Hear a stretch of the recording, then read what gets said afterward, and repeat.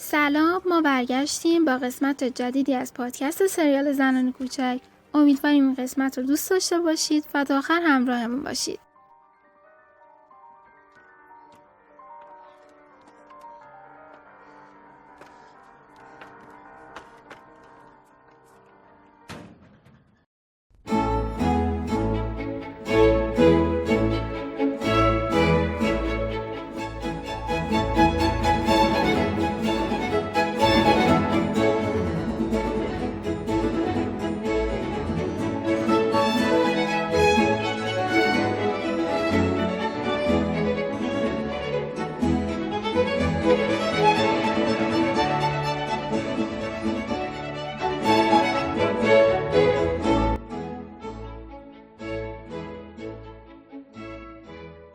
احتمالا وقتی اصطلاح ریتم رو بشنوین یاد موسیقی بیافتین و بگین خب چه ربطی به سینما داره؟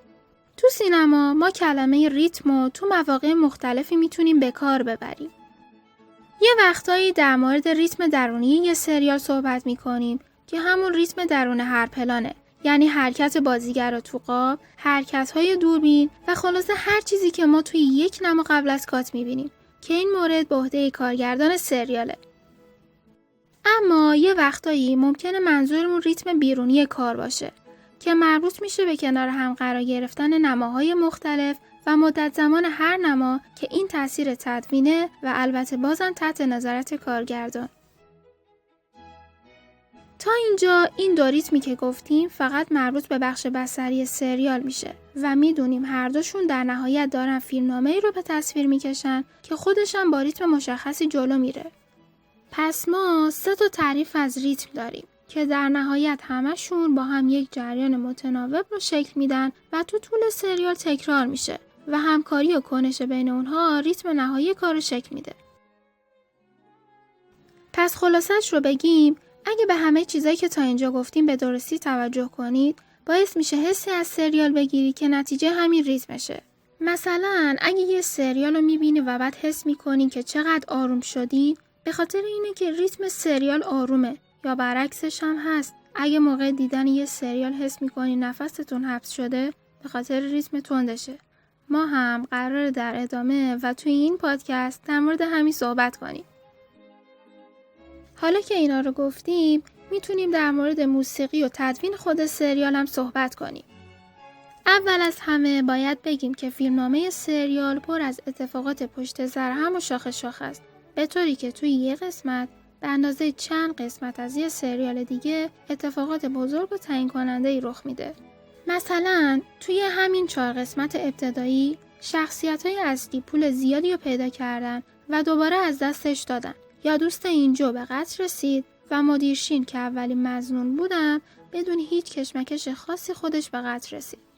پس میشه گفت زنان کوچک سریالیه که فیلمنامه‌اش ریتم تندی داره و متناسب با این ریتم باید به لحاظ بصری هم طوری تدوین شده باشه که بخشای مختلفش کنار هم منسجم و یک دست باشن.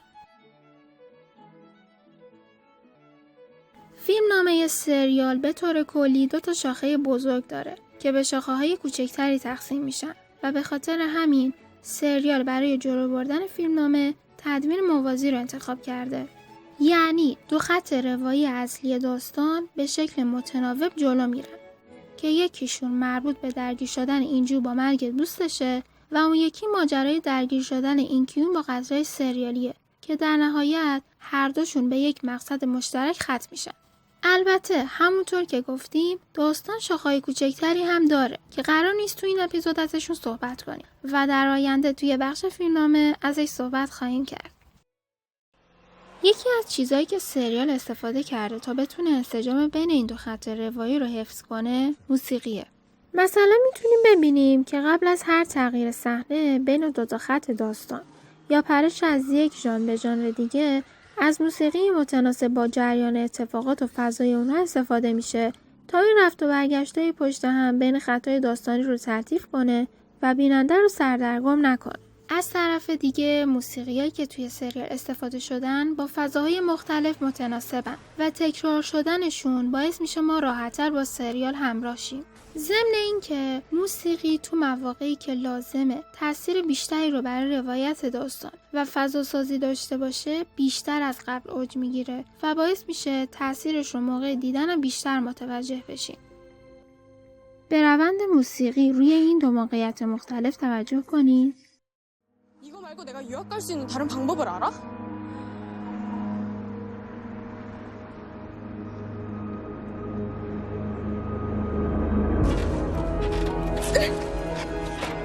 알겠어요. 이사님, 이제 나왔어요. 조심하세요. همونطور که گفتیم سریال دو شاخه اصلی داره و یکی از بهترین تکنیک‌های تدوین برای برقراری ارتباط بین دو موقعیت تدوین موازیه. خب حالا شاید این سوال پیش بیاد که تدوین موازی چیه؟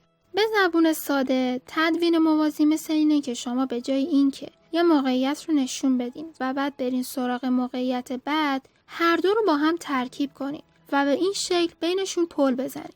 مثلا همین تصویری که الان داریم می‌بینید تدوین موازیه.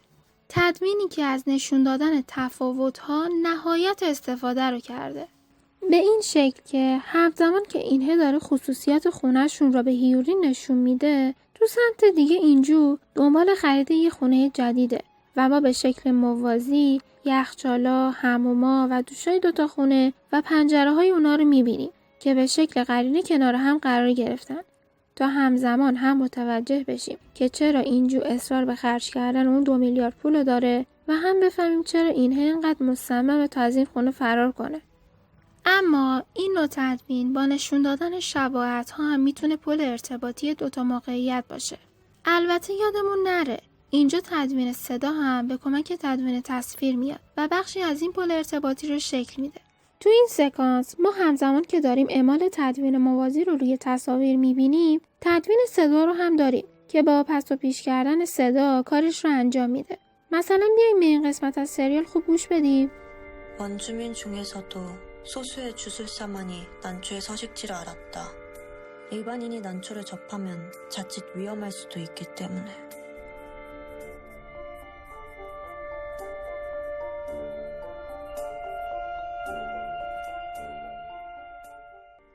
همونطور که شنیدین صدای اینکیون کمی زودتر از تصویرش و در حالی که هنوز در حال تماشای اینه بودیم اومد، چیزی که تو سرتاسر این سکانس میتونیم ببینیم.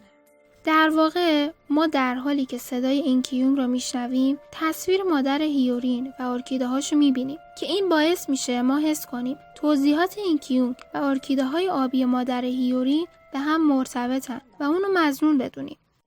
در نهایت این تکنیک همونطور که تو سکانس یوگای قسمت سومم استفاده شده بود علاوه بر تاثیرگذاری میتونه با رسوندن منظور تو زمان کمتر باعث کوتاه شدن وقت مورد نیاز برای داستانگویی هم بشه.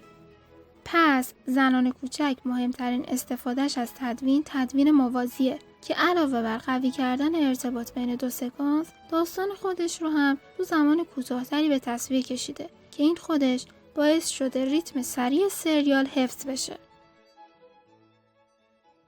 قصه تدوین و موسیقی هم همینجا تموم شد و پروندهش توی همین اپیزود بسته میشه. ممنون که تا اینجا همراهمون بودین. منتظر نظرات و پیشنهاداتتون هستیم و به زودی با قسمت جدیدی برمیگردیم.